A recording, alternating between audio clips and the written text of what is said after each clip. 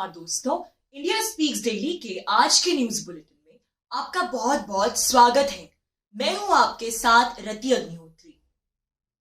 आज के बुलेटिन में हम एक ऐसे विषय पर बात करेंगे जो कुछ लीक से हटकर है। ये एक ऐसी लड़की की कहानी है जो अपनी मेहनत, अपनी लगन, अपनी ज्ञान और अपनी बुद्धिमत्ता के बल पर विश्व प्रसिद्ध ऑक्सफोर्ड विश्वविद्यालय के छात्र संघ की अध्यक्ष बन गई, उसकी प्रेसिडेंट बन गई। और ऑक्सफोर्ड विश्वविद्यालय के इतिहास में ऐसा पहली बार हुआ कि एक भारतीय छात्र उनके छात्र संघ का अध्यक्ष बना। और कर्नाटक के उडुपी शहर की इस लड़की ने ऑक्सफोर्ड विश्वविद्यालय के इतिहास में और विश्व के इतिहास में भी एक नया कीर्तिमान स्थापित कर दिया। हम बात कर रहे हैं रश्मि सामंत की, जो कि ऑक्सफोर्ड विश्वविद्यालय के स्टूडेंट यूनियन की प्रेसिडेंट तो बनी, उसकी अध्यक्ष तो बनी, लेकिन अध्यक्ष के चुनाव जीतने के कुछ समय बाद से ही, कुछ घंटों बाद से ही उसके विरुद्ध ऑनलाइन ट्रोल सक्रिय हो उठे और उसके द्वारा की गई पुरानी सोशल मीडिया पोस्ट्स पर, फेसबुक पर, इंस्टाग्राम पर, इन सोशल मीडिया पोस्ट्स को अचानक से बाहर निकाला गया, उन्हें खदेड़ने का सिलसिला शुरू हो गया। और इन पोस्ट के माध्यम से ये साबित करने की कोशिश की गई कि रश्मि सामंत एक रेसिस्ट व्यक्ति है। रश्मि सामंत एक ऐसी व्यक्ति है जो कि संकीर्ण विचारधारा की है और जो कि लोगों के सेक्सुअल ओरिएंटेशन की वजह से उनके खिलाफ भेदभाव बरतती है। और भी न जाने उन्हें क्या क्या ठहराने के लिए रश्मि सामंत के विरुद्ध एक बाकायदा ऑनलाइन कैंपेन चलाई जाने लगी। और इस कैंपेन की जो पहुंच है वो इतनी ज्यादा व्यापक होगी, इस तरह से पूरे ऑक्सफोर्ड विश्वविद्यालय में एक कैंपेन फैलाई गई कि रश्मि के विरुद्ध जो नकारात्मक धारणा है उसका प्रभाव धीरे धीरे बढ़ता गया और अंततः वो इतने ज्यादा दबाव में आ गई कि उसको दबाव में आकर इस्तीफा देना पड़ा। और उसके वर्षों पुराने पोस्ट सोशल मीडिया से निकाले गए और बिल्कुल ऐसे पोस्ट जो कि उसे खुद भी याद नहीं होंगे कि उसने कभी उन पोस्ट को शेयर किया था। उदाहरण के लिए एक सालों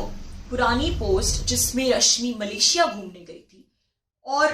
वहां पर मलेशिया में उसने फोटो खिंचवाई थी, शायद उसके इंस्टाग्राम हैंडल पर ये फोटो डली थी और बहुत ही मजाकिया अंदाज में उसने खुद को इस फोटो में चिंगचांग कहकर संबोधित किया था। बस इसी बात को लेकर उस पर आरोप लगने लगे क्योंकि उसने चिंगचांग लिखा था इस फोटो में खुद के लिए कि रश्मि रेसिस्ट है। इसके अलावा रश्मि सामंत ने कहीं बोलते समय वुमन और ट्रांस वुमन शब्दों का अलग अलग इस्तेमाल किया। बस इस बात को लेकर भी बवंडर मच गया, उस पर आरोप लगना शुरू हो गए और जो ऑक्सफोर्ड विश्वविद्यालय की जो LGBT कम्युनिटी है उसके अधिकारों के जो तथाकथित रक्षक हैं, जो तथाकथित हितैषी हैं, उन्होंने रश्मि सामंत पर आरोप लगाने शुरू कर दिए कि जो रश्मि सामंत है वो ट्रांसजेंडर लोगों के प्रति संवेदनशील नहीं है और वो ट्रांस वुमन का अपमान कर रही है, ट्रांसजेंडर लोगों का अपमान कर रही है। इस प्रकार की बातों से बहुत ही अजीब सी बात है क्योंकि ट्रांस वुमन शब्द का जो प्रयोग है वो कोई नई बात नहीं है। जो लोग ट्रांसजेंडर लोगों के अधिकारों के लिए काम करते हैं वो तक अपने राइटअप्स में, अपने लेखों में ट्रांस वुमन शब्द का प्रयोग करते हैं और इस शब्द के प्रयोग मात्र का अर्थ कदापि नहीं है कि ट्रांसजेंडर लोगों का कोई अपमान कर रहा है। इस प्रकार से रश्मि की कई सोशल मीडिया पोस्ट वगैरह को बाहर निकालकर उन पर आरोप लगाए गए और जैसा कि मैंने कहा एक ऐसा माहौल बना दिया गया कि अंततः रश्मि को इस्तीफा देना पड़ा अध्यक्ष के पद से। और हमने रश्मि के साथ टेलीफोन से बातचीत की तो उन्होंने हमें बताया कि पहले तो बात सिर्फ क्षमा मांगने की थी, ये मांग थी कि रश्मि जो है वो क्षमा मांग ले और रश्मि ने माफी मांगी भी कि अगर किसी को उनकी किसी बात से बुरा लगा हो, दुख पहुंचा हो, उनकी संवेदनाओं को क्षति पहुंची हो तो वो उसके लिए माफी मांगना चाहती है। लेकिन फिर बात इतनी ज्यादा आगे बढ़ चुकी थी कि फिर सिर्फ माफी से बात नहीं बनी और उनके खिलाफ जो वैमनस्यता का माहौल बनाया जा रहा था वो इतना ज्यादा बन चुका था कि रश्मि को अंततः इस्तीफा देना पड़ा। और जिस दिन वो चुनाव जीती उसकी टाइमलाइन देखिए, उसके कुछ घंटों बाद ही ट्रोलिंग शुरू हो गई, सोशल मीडिया पोस्ट निकलनी शुरू हो गई और उसके मात्र 4-5 दिन में एक ऐसा माहौल बन गया उसके खिलाफ कि रश्मि को 4-5 दिन में ही इस्तीफा देना पड़ा। लेकिन यहाँ जो सबसे बड़ी बात हुई वो रश्मि के इस्तीफा देने के बाद हुई। कुछ समय बाद ऑक्सफोर्ड विश्वविद्यालय के किसी फैकल्टी ने उसके माता पिता की फेसबुक प्रोफाइल को ट्रैक करना, उसकी माता पिता की फेसबुक प्रोफाइल को एक प्रकार से उस पर ध्यान देना शुरू कर दिया। और उनकी फेसबुक प्रोफाइल पर, रश्मि के माता पिता की एफबी प्रोफाइल पर एक फोटो थी, जिस फोटो में जय श्री राम का फोटो फ्रेम लगा था और उस फोटो फ्रेम में उसके माता पिता खड़े थे। उस फोटो फ्रेम के साथ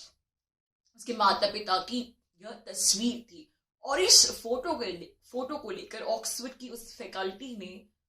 उनके माता पिता को इतना ट्रोल किया, या ट्रोल शायद इसके लिए एक बहुत ही नरम शब्द होगा, उनकी बेइज्जती की, उनकी छवि इतनी धूमिल की और उनको इस पूरे प्रकरण में घसीट लिया। और मात्र इसलिए कि उन्होंने जय श्री राम के फोटो फ्रेम वाली ये फोटो शेयर की थी, लगाई थी, सिर्फ उनके हिंदू होने की वजह से उन्हें असहिष्णु, दूसरे धर्मों के प्रति असहिष्णु, नफरत फैलाने वाला और हिंदुत्व का एजेंट, फार राइट विंगर और ना जाने क्या क्या बोला गया। यहां तक कि यह भी कहा गया कि रश्मि सामंत नरेंद्र मोदी की एजेंट है और नरेंद्र मोदी ने उनकी चुनाव कैंपेन फंड की थी। उनके माता पिता के चेहरों पर वर्चुअल तरीके से कालिख भी पोती गई उस फोटो में जहां वो इस फ्रेम में खड़े थे। और ये सब सिर्फ इसलिए क्योंकि उनके माता पिता ने एक फोटो फ्रेम का इस्तेमाल किया था जिसका ताल्लुक, जिसका संबंध उनके धर्म से था, एक ऐसे धर्म से जिस धर्म में वो आस्था रखते थे, जिस धर्म के वो अनुयायी थे। और वो किस धर्म में आस्था रखते हैं, किस धर्म के अनुयायी हैं, ये तो उनका निजी मामला है। और पूरा विश्व जो कि सेक्युलरिज्म का दम भरता है, सभी लोग ये बात मानते हैं कि किसी का धर्म उसका निजी मामला है, वो अपने धर्म से संबंधित क्या चीजें शेयर करता है, अगर उससे किसी को नुकसान नहीं हो रहा है तो वो उसका निजी मामला है। उन्होंने किसी भी राजनीतिक मुद्दे पर कोई टिप्पणी नहीं की थी, किसी धर्म विशेष के खिलाफ, किसी दूसरे धर्म के खिलाफ अपशब्द नहीं कहे थे, बल्कि अपशब्द क्या, कुछ भी बोला ही नहीं था किसी धर्म के खिलाफ। सिर्फ एक फोटो थी सोशल मीडिया पर, जो कि उन्होंने शायद सिर्फ इसीलिए शेयर की होगी क्योंकि उनकी जो धार्मिक आस्थाएं है वो उसको दर्शाती है, उसका कोई भी राजनीतिक एंगल नहीं था। लेकिन उन्हें मात्र हिंदू होने के लिए, हिंदू धर्म का उपासक होने के लिए इस प्रकार से बेइज्जत किया गया। और यही नहीं, उनके हिंदू होने को, उनकी बेटी के ऑक्सफोर्ड, उनकी बेटी के खिलाफ जो विवाद चले थे, जो कंट्रोवर्सीज बनी थी, उन दोनों चीजों को आपस में जोड़ा गया और अंततः उनके बेटी के हिंदू धर्म को इस पूरे प्रकरण में घसीटा गया। फिर कहीं ना कहीं ये बात आ गई कि चूंकि रश्मि हिंदू धर्म की अनुयायी है इसलिए वो रेसिस्ट है, इसलिए वो ट्रांसफोबिक है, वगैरह वगैरह। तो क्या इसके लिए ब्रिटिश सरकार को ऑक्सफोर्ड विश्वविद्यालय के विरुद्ध कानूनी कार्यवाही नहीं करनी चाहिए? जिस विश्वविद्यालय में दुनिया भर से कितने ही धर्मों के छात्र छात्राएं पढ़ाई के लिए आते हैं, वहां एक लड़की को जो कि अध्यक्ष के चुनाव जीती है बाकायदा, उसको इस प्रकार से ट्रोल किया जाता है। पहले तो उसके विरुद्ध एक ऐसा माहौल बनाया जाता है वैमनस्यतापूर्ण कि वो इस्तीफा देने के लिए बाध्य हो जाती है। और फिर उसके इस्तीफा देने के बाद फिर उसके माता पिता को इस पूरे प्रकरण में घसीटा जाता है। और उन्होंने जो फोटो कोई शेयर की अपने धर्म से संबंधित, उसे लेकर उनके धर्म के बारे में कॉन्स्पिरेसी थ्योरीज फैलाई जाती है, बड़ी जहरीली कॉन्स्पिरेसी थ्योरीज की किस प्रकार जो उनकी बेटी का जो तथाकथित ट्रांसफोबिया है और उसकी जो भी तथाकथित कमियां, संकीर्ण विचार धाराएं हैं, वो उसके माता पिता के हिंदू धर्म होने से जुड़ी है। तो ये कितनी शर्मनाक बात है। उस छात्रा के लिए ये सब कितनी बड़ी मानसिक यातना रही होगी, आप सब सोच सकते हैं। वो कितने खुले मन से, कितने आदर्श विचारों के साथ वहां पढ़ाई करने गई होगी कि वो वहां पर जाएगी पढ़ाई करने और वहां पे उसे पूरी दुनिया से लोग मिलेंगे, एक मल्टीकल्चरल एनवायरनमेंट में दोस्त बनाएगी, बहुत कुछ सीखेगी। और मैं खुद भी लीड्स विश्वविद्यालय से पढ़ी हूँ, ब्रिटेन के लीड्स विश्वविद्यालय से। तो ये बात तो है कि एक अंतर्राष्ट्रीय विश्वविद्यालय में जब छात्र छात्राएं जब आपस में मिलते हैं, जब लोगों की दोस्ती होती है, बातचीत करते हैं, तो उनकी जो सोच होती है वो बहुत सी चीजों के ऊपर होती है। वो एक दूसरे से जब कनेक्ट करते हैं, बातचीत करते हैं, वार्तालाप करते हैं, तो उसमें धर्म की बात कहीं भी नहीं आती। कौन किस धर्म से ताल्लुक रखता है, कौन किस धर्म का अनुयायी है, ये सब बातें उनके बीच में बिल्कुल नहीं आती। कोई किसी से किसी के धर्म के बारे में नहीं पूछता। तो ऐसा लगता है कि वाकई बहुत ही खूबसूरत एक अलग दुनिया है जहां धर्म का राजनीतिकरण नहीं हो रहा। लेकिन जब एक छात्रा का हिंदू होना ही उसका अपराध बन जाता है, तो मात्र हिंदू होने की वजह से उस प्रकार से ट्रोल किया जाता है, तो ये दुनिया ऐसा लगता है कि क्षण भर में खंडित हो जाती है। इन विश्वविद्यालयों में जो छात्र छात्राएं पढ़ाई करने आते हैं, उनकी मानसिकता इस प्रकार की नहीं है। जैसा कि मैंने खुद भी कहा है, खुद भी महसूस किया है, वो लोग इस प्रकार का राजनीतिकरण नहीं करते धर्म का। लेकिन जो वहां के छात्र संघ है, जो स्टूडेंट यूनियन है, और जो अल्ट्रा लेफ्ट द्वारा नियंत्रित हैं, और इनमें जिस किसी की भी सोच अल्ट्रा लेफ्ट नहीं होती, उसे इन संघों में रहने नहीं दिया जाता। हालांकि रश्मि पर जो आरोप लगे थे और उसके इस्तीफे की वजह उसका हिंदू होना नहीं था, उस पर जो आरोप लगे थे, उसके जो ट्रोल हुए थे, जो फेसबुक पोस्ट निकाली गई थी उस पर उसके ट्रांसफोबिक होने के और भी तमाम तरीके के आरोप लगे थे, रेसिस्ट होने के, लेकिन तब उसके हिंदू धर्म की कोई चर्चा नहीं थी। लेकिन फिर उसके इस्तीफा देने के बाद में जिस प्रकार से उसके माता पिता को इस पूरे प्रकरण में घसीटा गया और उनके हिंदू धर्म पर सवाल उठाए, उनके हिंदू धर्म के होने पर सवाल उठाए गए और उनकी छवि धूमिल करने की कोशिश की गई और फिर उसके तार रश्मि से भी जोड़े गए, तो इस सब के बाद तो यही लगता है कि उसका धर्म शुरू से इन अल्ट्रा लेफ्ट फोर्सेस की आंखों में खटक रहा था। एक और बात शायद थी जो उनकी आंखों में खटक रही थी, और वो थी रश्मि के चुनावी घोषणा पत्र का मुख्य मुद्दा, वो मुद्दा जिसके आधार पर वो ये चुनाव जीती थी। रश्मि सावंत के घोषणा पत्र का मुख्य मुद्दा डीकॉलोनाइजेशन था, यानी जिन देशों पर अंग्रेजों ने शासन किया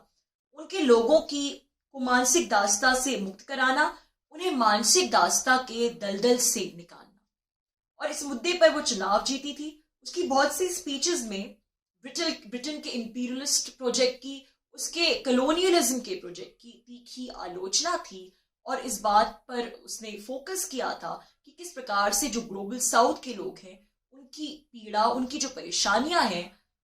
विश्व अभी भी